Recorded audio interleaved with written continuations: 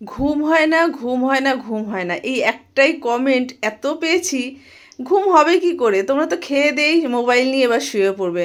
আর মোবাইলের আলোতে কি আর ঘুম আসে? মোবাইল দেখার পর ঘুম আসে না। খাওয়ার উঠে মানে খেয়ে উঠে পর এই ব্যায়ামগুলো করো। 6টা ব্যায়াম দেখিয়েছি, খুব ভালো। 3 মিনিট করে করো বা 2 মিনিট করে করো, কিন্তু করো। দেখো, প্রথমটা দেখিয়ে দিয়েছি, এটা দ্বিতীয়।